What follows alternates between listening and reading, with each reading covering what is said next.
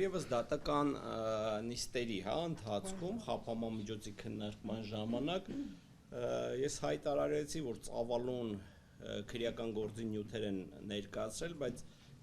որևիցե մի փաստական տվյալ չկա, որ այդ գործը կապ ու առնչություն ունի Սամվել Կարապետյանի հետ։ Այդ գործի մեջ տարատեսակ ընկերությունների անուններ կարող եք տեսնել, տարատեսակ անձանց անուններ կարող եք տեսնել, բայց փաստական հիմք ու հիմնավորվածություն, որ խոսել այդ գործը կապ ու առնչություն ունի Սամվել Կարապետյանի հետ, դա զրոյական է։ Իրականում գործ ունենք բացարձակապես քաղաքական հետապնդման հետ եւ մի հատ sense շատ ակներև հանգամանք ես կցանկանամ, որ մեր հանրությունը իրազեկված լինի։ Քննչական մարմինն ի սկզբանե օրենսդրորեն նախատեսված մենակ մեղադրող մարմին չէ, քննչական մարմինը նաև անձի անմեղությունը հիմնավորող ապացույցներ ձեռք բերող կառույց է, այսինքն քննչական մարմինը պետք է ինչպես ապացույցներ ձեռք բերի մեղավորությունը հաստատող, այնպես էլ պետք է ձեռք բերի այդ անմեղությունը հերքող ապացույցներ, այսինքն օբյեկտիվ ապացույցներ պետք է ձեռք բերի։ Բայց այս քրեական գործը այն բացառիկ գործերից մեկն է, որին պաշտպանական կողմը թերևս կարողացել է պաշտոնապես հասնել նրան ու հիմնավորել ու ապացուցել, որ վարույթ իրականացնող մարմինը ձեռք է բերում բացառապես շինծու եւ մեղադրական թեկումով ապացույցներ։ Ու այն հարցադրմանը, որ օրինակ, բա այս մարդուն ինչի չեք հարցաքննել, այն մարդուն ինչի չեք հարցաքննել, մեզ տրվող պատասխանը շատ ուղիղ է ու դիպուկ։ Չենք հարցաքննել, որովհետեւ մտավախություն ունենք, որ այդ մարդը հնարավոր է իօքուտ ձեզ է ցուցմունք տալու։ Մենք ինչի անունները կտամ հենց հիմա, այդ հայտարարությունն արել է հենց քննչական խմբի ղեկավար Սպարտակ Պողոսյանը, որը ես իմ խորին համոզմամբ դա դուրս է վերջինիս լիազորությունների սահմաններից եւ նա նման կերպ քրեական գործ վարելու իրավասություն պարզապես չունի։ Քրեական գործով չի կարելի չհարցաքննել այն անձանց, ում մտավախություն ունեն, թե կարող է օգուտ ձեզ ցուցմունք տալ։ Դա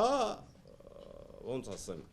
հակաօրինական է, հնարավորինս փորձում ենք մեղմ եւ մեղմ արտահայտվել։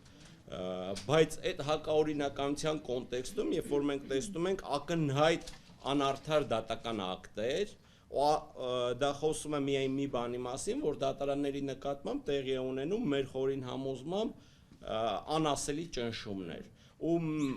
իմ մոտ, իմ գործընկերների մոտ վստահ եմ նաև շատ մեծ հիասթափություն առաջացավ, երբ որ այդ անասելի մեծ ճնշումներին տուրք տվեց հենց ամենաարագը Հայաստանի Հանրապետության Վճռաբեկ դատարանը, իդեմս հակակոռուպցիոն պալատի,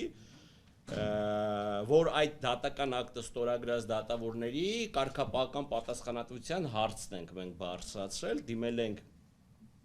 էթիկայի հանձնաժողովին եւ խնդրել ենք օրինակի համար պարզել, այդ ոնց է լինում, որ մի շարք տարբեր գործերով, ընդ որում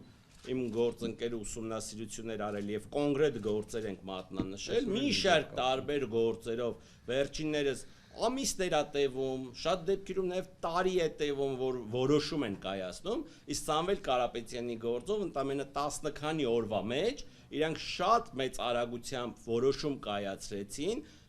որ իբրև թե առկա է հիմնավոր կասկած։ Այն դեպքում, երբ որ մենք այդ հիմնավոր կասկածի հերկմանը շատ մեծ դժվարությամբ հասել էինք մոտ 3 կամ 4 դատական ատյաններում, այսինքն 3-4 դատական ատյաններով մենք հերկել էինք, որ այդ հոդվածներով բացակայում է հիմնավոր կասկածը, բայց անասելի արագությամբ ու պրակտիկայում երբևէ չհանդիպած դեպքով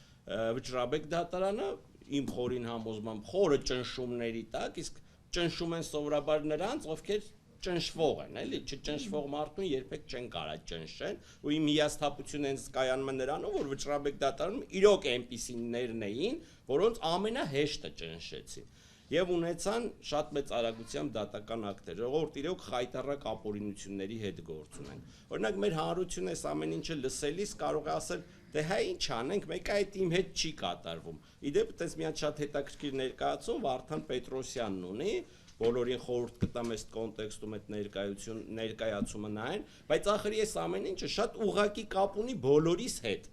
Այդ թվում ստեղ նստած անձանց հետ։ Հիմա պարզաբան եմ ինչի։ Եթե օրինակ միջազգային մասշտաբի մի հատ ինչ-որ խոշոր ներդրում իրականացնող անձ իր գլխի մեջ փորձում է մտածի, պլանավորի, Հայաստանում մեծ ներդրումներ իրականացնի, նմանատիպ դրսևորումներ տեսնելով, նման ապօրինություններ տեսնելով, հեծի նկատմամբ նման ոչ իրավաչափ գործողություններ տեսնելու արդյունքում հնարավոր չի պատկերացնել որևէ խելամիտ ու բանական բիզնեսմեն, ընդ որում այդ բիզնեսմենները միշտ լինում են շատ խելամիտ ու շատ բանական ու շատ հաշվարկած